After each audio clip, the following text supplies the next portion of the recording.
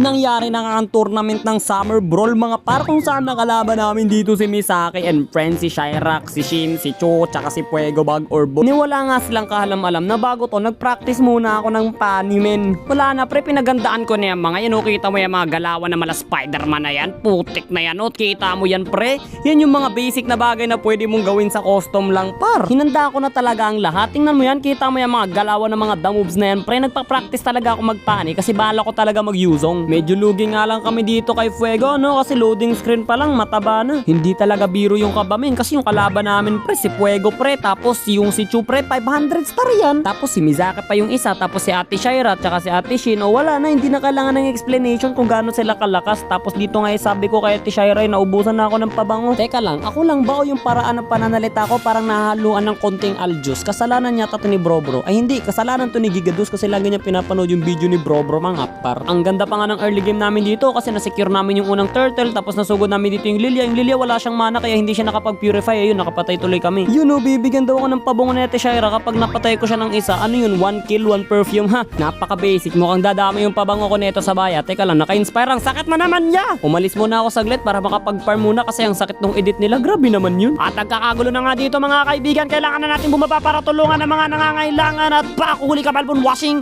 Sabay washa! Sabay paka! Sabay recall. Sus, walang tournament sa recall ko boy. Wait lang men, nagkakagulo sila dito. Pinatas nila si Bro mga par. Kaya naman hindi ko sila hayaang makapag-lord. Joke lang, sige lord na kayo. Bahala na kayo sa sarili nyo kinabuhi. Boom, ayun, huli pre oh. Huli, wasa! Sabay washing, sabay alis. Parang natin hapon. Hindi, babalik pa tayo pre. Papatayin pa natin dito si Misaki pre. Ano, Misaki, takbo! Grabe wave control nila pre oh. Kahit lamang sila, pinipris pa rin nila kami. Pare-parehas tuloy kaming hirap maka-item. Tinuturuan siguro to ni Fuego. Fuego, wag mo nga silang turuan. No lord, tsaka third tower depth tayo. Yan ang ginagawa nyo. Talo tuloy kami dito. Grabe, ang lalakas naman ng mga kalaban namin. Pero syempre, sinadya namin magpatalo kasi hindi ko pa naman nilalabas yung Lapo eh. E paano pag nilabas ko na si Lapo, di ba? Di sure win. Joke lang, talo rin pala yon. Report nga natin dito si Fuego men. Piling ko dinaya kami nito ni Fuego eh. Ginamitan kami nito ng cheat. Ayos lang yan men, bawi na lang. Meron pa naman kaming laban mamayang 8 PM eh. Kaso yung kalaban namin sila Okata, malalakas din.